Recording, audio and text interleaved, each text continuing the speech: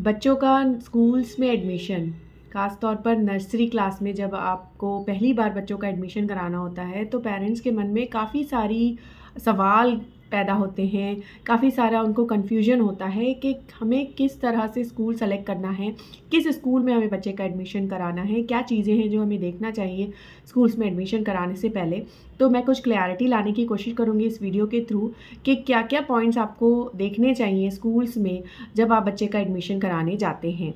अभी दिल्ली के private schools में एडमिशन प्रोसेस चल रहा है, उससे भी रिलेटेड मैंने वीडियोस बनाए हैं, वो भी आप मेरे वीडियोस चेक कर सकते हैं। नर्सरी केजी और क्लास 1 में एडमिशन प्रोसेस अभी चल रहा है। मेरे वीडियो में एंड तक बने रहें। मैं आज आपको कुछ पॉइंट्स बताऊंगी कि किस तरह से आपको सेलेक्ट करना चाहिए बच्चों का स्कूल। और मेरे चैनल पे नए हैं तो please subscribe to my channel और बेल आइकन को ऑल पर ज़रूर प्रेस कर दें। Hello everyone, welcome to Joyce world, hope you are all fine.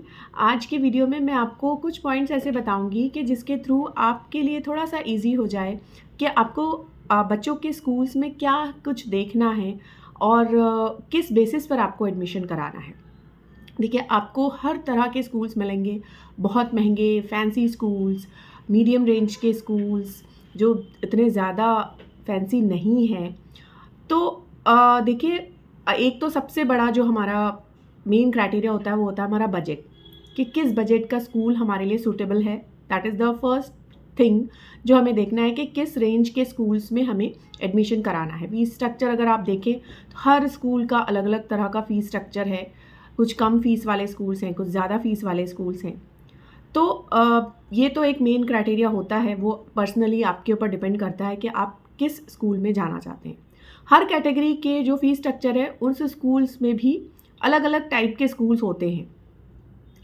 तो देखिए, हमें आज के टाइम पर बच्चों को एक ऐसा इन्वायरमेंट देना है जो होलिस्टिक डेवलपमेंट कराए, मतलब ओवरऑल डेवलपमेंट कराए बच्चे का पढ़ाई के साथ साथ। तो पढ़ाई तो आपको देखनी है, नो डाउट, किस तरह के टीचर्स हैं वहाँ पर, टीचर्स कितने पुराने हैं, कितना पुराना वो स्कूल है, ये भी आपको ध्यान में रखना चाहिए।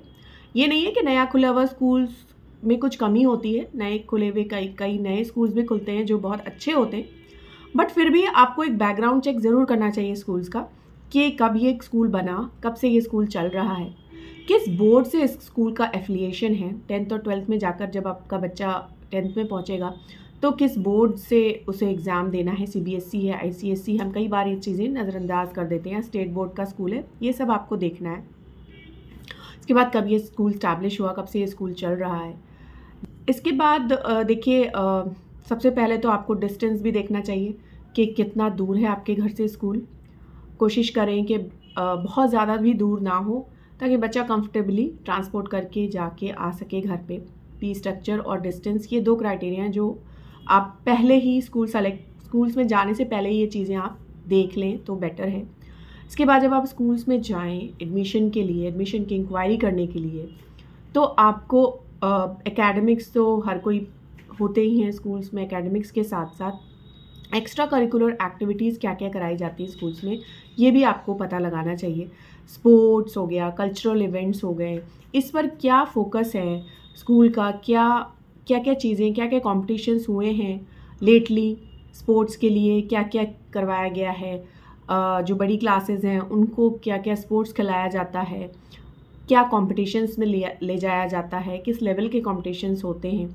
ये सब चीज़ें भी बहुत मैटर करती हैं आज के टाइम पर, कि हम ओवरऑल डेवलपमेंट अगर कराना है बच्चों को, तो बच्चे हर तरह के कॉम्पिटिशन्स में पार्टिसिपेट करें और वो स्कूल ऑर्गेनाइज़ कराता हो, स्कूल लेके जाता हो कॉम्पिटिशन्स में बच्चों को, स्पोर्ट्स से रिलेटेड भी हो, कल्चरल इवेंट से रिलेटेड भी हो। तो ये चीज़ें भी आपको पूछनी चाहिए स्कूल्स में, क्या क्या कॉम्पिटिशन्स हुए लेटली, कहाँ कहाँ बच्चे गए खेलने या कोई और कॉम्पिटिशन्स में, इसकी जानकारी आपको लेनी चाहिए स्कूल से। अगर आप अपने बच्चे का एडमिशन इंग्लिश मीडियम स्कूल में करा रहे हैं तो वहाँ पर इंग्लिश की पढ़ाई किस तरह से होती है, स्पोकन इंग्लिश पर क्या ज़ोर दिया जाता है, स्पोकन इंग्लिश का क्या स्टेटस है, बच्चे और टीचर्स किस तरह कम्युनिकेट करते हैं, ये चीज़ें आपको ज़रूर देखना चाहिए। इसके बाद जब आप छोटी क्लासेस में जा रहे हैं एडमिशन के लिए, नर्सरी केजी, छोटी क्लासेस होती हैं जिसमें कि पढ़ाई एक्टिविटीज़ के साथ साथ एक केयर भी बच्चे की बहुत ज़्यादा इम्पॉर्टेंट होती है। सेफ्टी, केयर, हाइजीन, ये चीज़ें भी बहुत ज़्यादा इम्पॉर्टेंट होती हैं। जब आपको स्कूल विज़िट कराया जा रहा है तो आप स्कूल्स में, क्लासरूम्स में क्लीनलीनेस का भी क्या चीज़ है ये भी देखें कि कितने क्लीन है क्लासरूम्स, किस तरह से बच्चों की सेफ्टी और हाइजीन का ध्यान रखा जा रहा है, किस तरह से बच्चों की केयर ली जा रही है, किस तरह से टीचर बच्चों की केयर कर रहे हैं। ये सब चीज़ें थोड़ा सा जानना मुश्किल हो जाता है जब आप एडमिशन करा जा रही हैं, एक्सपीरियंस करके ही पता चलती है। फिर भी एक आप ओवरऑल टीचर से बात करके, देख के स्कूल्स को पता लगा सकते हैं, या कोई आपके पहचान का बच्चा कोई पढ़ रहा है उस स्कूल में, उनसे आप ये चीज़ फीडबैक ले सकते हैं। अगर हैं तो बहुत ही बेटर हो जाता है, क्योंकि किसी का एक्सपीरियंस किया हुआ है वो फीडबैक देता है तो वो बहुत वैल्यूएबल होता है, वो बहुत करेक्ट होता है, एक तरह से आप कह सकते हैं। इसके बाद बहुत ही इम्पॉर्टेंट एक चीज़ होती है कि टीचर और चाइल्ड का क्लास में रेशियो क्या है। ये चीज़ आप पूछ सकते हैं कि कितने बच्चे होते हैं एक क्लास में एक टीचर के साथ।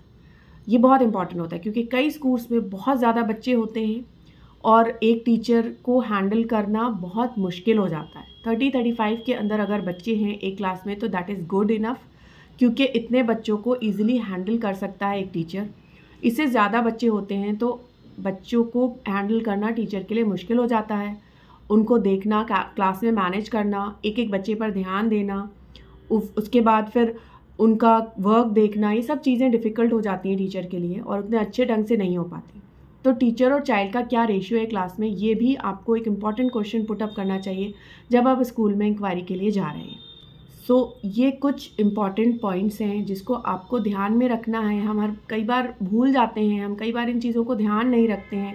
सिर्फ बाहरी जो स्ट्रक्चर है वो ही चीज़ों को देखकर हम अट्रैक्ट हो जाते हैं और वहाँ पे स्कूल में एडमिशन करा देते हैं। ज़रूरी नहीं कि बहुत फैंसी या बहुत महंगा स्कूल है तो वही अच्छा हो। इन सब छोटे छोटे पॉइंट्स को भी हमको ध्यान में रखना है और एक अच्छे स्कूल में अपने बच्चों का एडमिशन करवाना है। तो आई होप कि आपको ये मेरी जो चीज़ें मैंने बताई, पॉइंट्स बताए, वो अच्छे लगे हों। आपकी भी कोई आपकी क्वेरी हो या आपकी तरफ से कोई सुझाव हो, सजेशन हो, वो आप कमेंट करके ज़रूर बताएं। किसी न किसी के लिए हेल्पफुल हो सकता है जो ये वीडियो देख रहे हैं, आपके कमेंट्स के थ्रू ये बात उन तक पहुंच सकती है और दूसरों के साथ ज़रूर शेयर करें, किसी न किसी के लिए हेल्पफुल हो सकता है। और वीडियो पसंद आया होगा तो do hit the like button. आज के लिए इतना ही। Thank you so much for watching.